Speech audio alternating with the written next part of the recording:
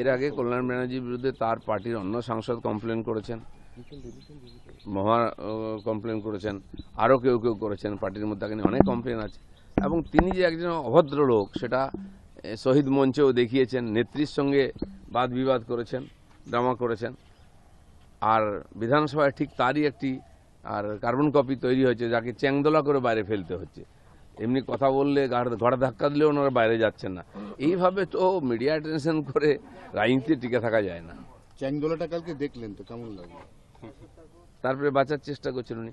আপনি ভাবুন, একজন ভাষণ দিচ্ছে, কেন তার নাম বলেন, তাকে ডিস্টার্ব করছে। সেটা ঝগড়াটা বাইরে মিটিয়ে নেওয়া উচিত পার্টির মধ্যে। স্পিকার কেন এটা সহ্য করবেন?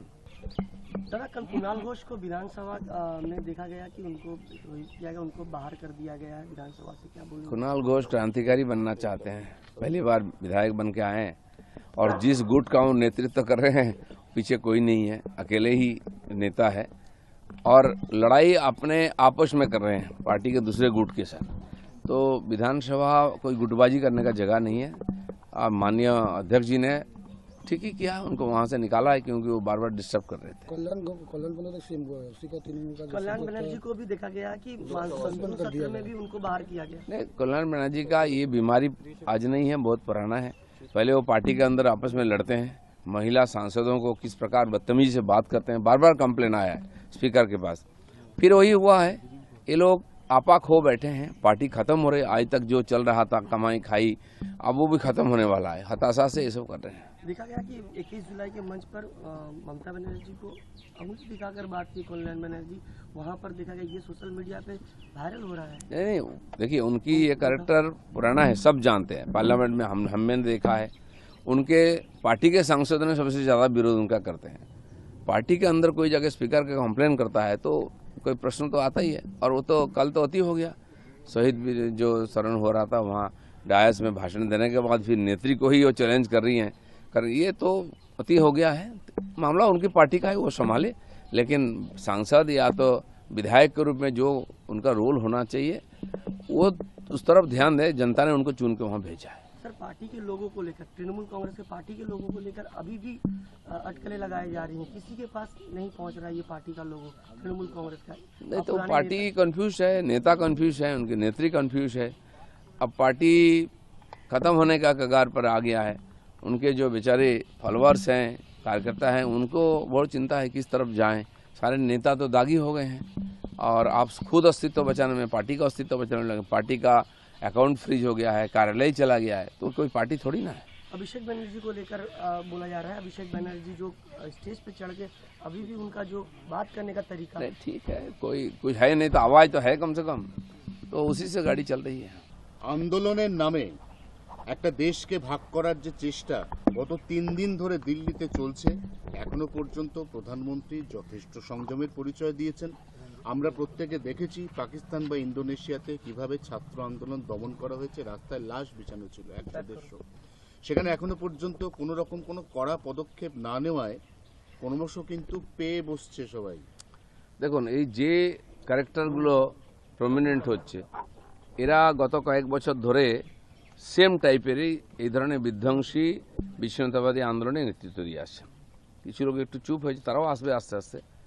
আন্দোলনজীবী নাম দেওয়া হয়েছিল যাদের, সেই লোকগুলো কিছু না কিছু ইস্যু নিয়ে এসে কিছু ইনোসেন্ট লোককে সামনে করে বারবার দেশে একটা উৎপাত তৈরি করে সরকারকে বিব্রত করার চেষ্টা করে।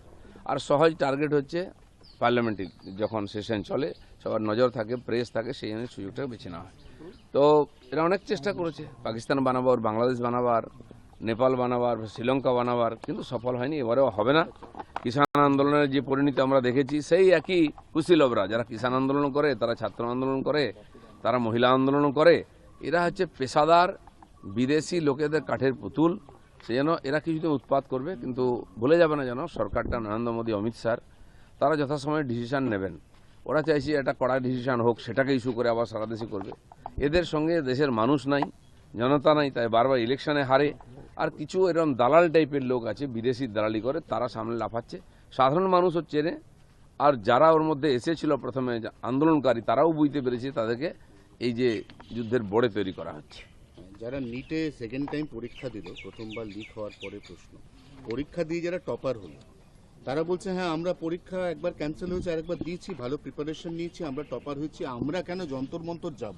তাহলে যন্তর মন্তরে যারা ওখানে হাঙ্গামা পাকাচ্ছে তারা আসলে কারা? তারা তো নিট স্টুডেন্ট নয়। নাই, ওরাই ওই আন্দোলনজীবী যারা বিদেশির পয়সায় লাফালাফি করে দেশে উৎপাত তৈরি করে।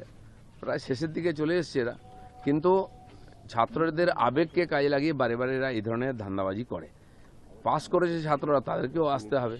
ঠিক বলেছে, আজকে ছাত্ররা নিজের এবং দেশের ভবিষ্যৎ চিন্তা করে ডিসিশন নিক, এই সব ধান্দাবাজ লোকেদের পাল্লায় যেন কেউ না পড়ে। হ্যাঁ, এক্ষেত্রে সব থেকে গুরুত্বপূর্ণ প্রশ্ন, প্রধানমন্ত্রী মোদী তাকে অকথ্য ভাষায় আন্দোলনকারীরা টার্গেট করছেন এবং গালিগালাজ করছেন। না, প্রাণনাশের এই হুমকি একই দিচ্ছেন। লোকগুলো রাহুল গান্ধী মাননীয় মোদিজি তার মা সম্বন্ধে কি বলেছে, এবং যে কটা নেতা দেখছেন বাইট দিচ্ছে সবাই এর আগেও এই ধরনের ব্যবহার করেছে। এদের লজ্জাও নেই, কারণ এদের পেট চলে অন্য কারো পয়সায়। এরা তার মাইকের স্পিকার হিসেবে কথা বলে। সেজন্য এরা শেষ হচ্ছে, কিন্তু কি আছে, অনেক বিদেশি শক্তি ভারতের ঐক্য, বিকাশ, উন্নয়ন চায় না, তারা এদেরকে বড় হিসেবে ইউজ করছে। কল্যাণ বন্দ্যোপাধ্যায়কে লোকসভা থেকে সাসপেন্ড করা হলো কারণ তৃণমূলেরই মহিলা সাংসদ, তাদের উদ্দেশ্যে তার যে ভাষা, এই ভাষাটা এর আগে কল্যাণ ব্যানার্জির বিরুদ্ধে তার পার্টির অন্য সাংসদ কমপ্লেন করেছেন, মহা কমপ্লেন করেছেন, আরও কেউ কেউ করেছেন, পার্টির মধ্যে এখানে অনেক কমপ্লেন আছে। এবং তিনি যে একজন অভদ্র লোক সেটা শহীদ মঞ্চেও দেখিয়েছেন, নেত্রীর সঙ্গে বাদ বিবাদ করেছেন, ড্রামা করেছেন। আর বিধানসভায় ঠিক তারই একটি আর কার্বন কপি তৈরি হয়েছে, যাকে চ্যাংদোলা করে বাইরে ফেলতে হচ্ছে। এমনি কথা বললে ঘাড়ে ধাক্কা দিলেও ওনারা বাইরে যাচ্ছেন না। এইভাবে তো মিডিয়া অ্যাটেনশন করে রাজনীতিতে টিকে থাকা যায় না। চ্যাংদোলাটা কালকে দেখলেন তো কেমন লাগলো? তারপরে বাঁচার চেষ্টা করছেন উনি।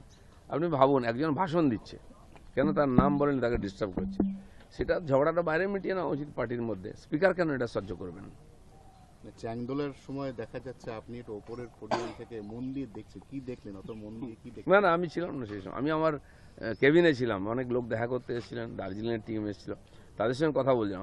হইল লড়েছিলাম, বুঝতে পারিনি, পরে ভিডিও দেখেছি, দেখিনি। অভিষেক বন্দ্যোপাধ্যায়ের সঙ্গে মদন মিত্রের তো নারদ চলছেই, তার মধ্যে নতুন করে যেটা অ্যাড হলো, মদন মিত্র কালকে বললেন যে অভিষেক বন্দ্যোপাধ্যায়ের মতো ওরকম অ্যাডামেন্ট নেতা, যিনি কথায় কথায় চ্যালেঞ্জের ভঙ্গিতে কথা বলেন, তার মধ্যে মার্ডারার, কিলার মেটেরিয়াল আছে। দেখুন, এইসব উনিও কীভাবে বলছেন এটা ওনার ব্যাপার। এইসব পুরনো ব্যাপার। এত 15 বছর দাসত্ব করেছেন, কেন বলেননি? আপনাকে তো তাড়িয়েও দিয়েছিল, তখনও তো বলেননি।